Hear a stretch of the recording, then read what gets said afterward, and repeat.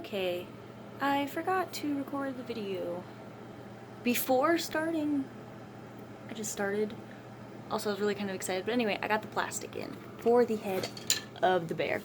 I was originally going to make a silicone mold and then try and put something in it that would be hard yet durable, but yet hollow. It wasn't going to be easy, really, but then thermoplastics came into my life because I saw a tutorial of how to make your own vampire teeth, and I was like, what? You could do that?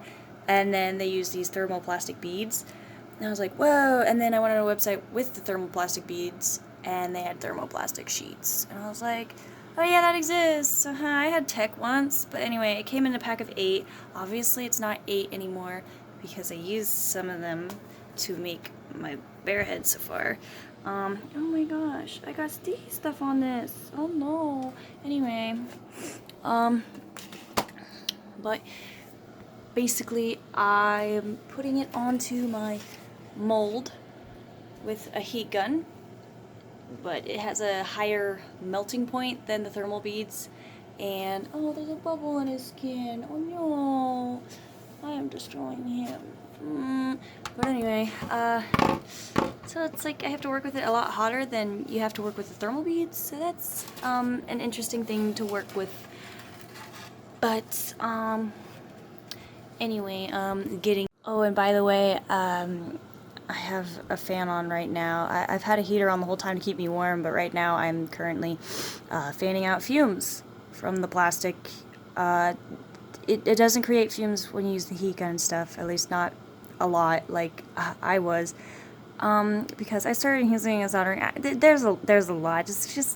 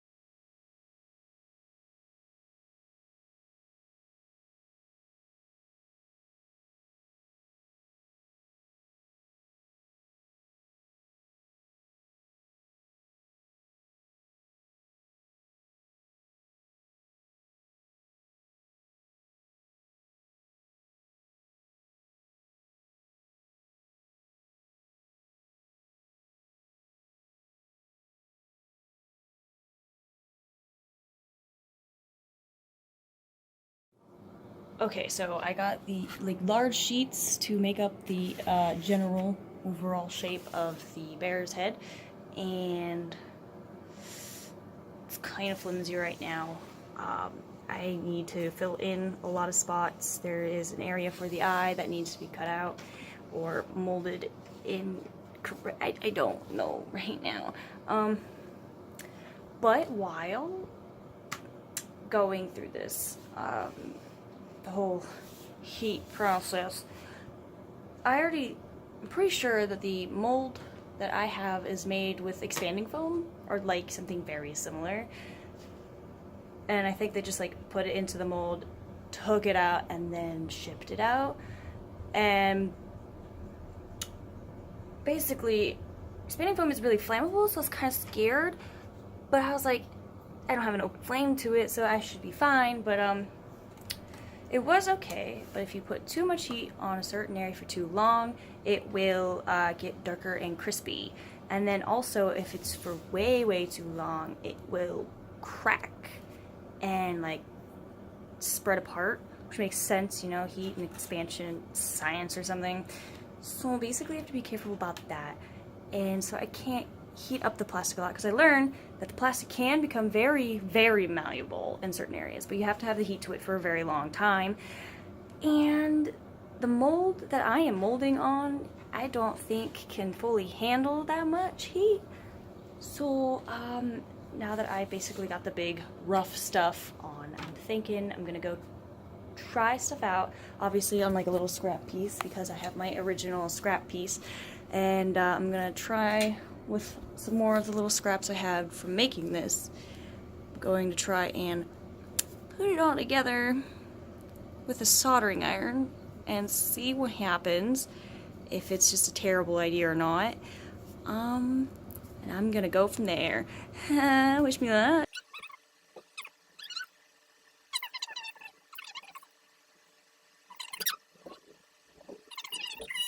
Okay, so there's a minor change. I accidentally knocked a piece off of the nose. But anyway, I tried the soldering thing and it gunked up. Well, I wasn't using a soldering iron.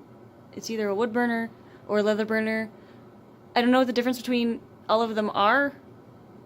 Is it all just a gimmick to buy you different tools when really they're all just metal sticks that heat up with just different tips and different names? I mean, like, but whatever.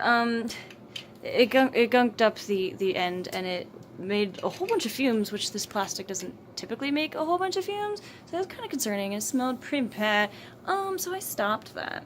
I'm gonna have to clean it off with a little bit of the, I got little, like, thingies to wipe off the end of a soldering iron with, and I'm assuming I'll just clean it off in one of those. I'm gonna try and use it anyway, because I heated up a little piece and tried sticking it to this. I don't know where that little piece found it. I tried heating up the end of it, and it kind of wanted to stick, but, you know, this plastic, like, kind of sticks to itself, but kind of doesn't. It's great. So basically, I'm just gonna try and force it to work anyway. And then my mom got me sandpaper for my nose, and I've been trying to use that, and I think I applied too much pressure, and I accidentally ripped off a piece. But anyway, I'll fix that, and so that's where we're continuing up. Okay.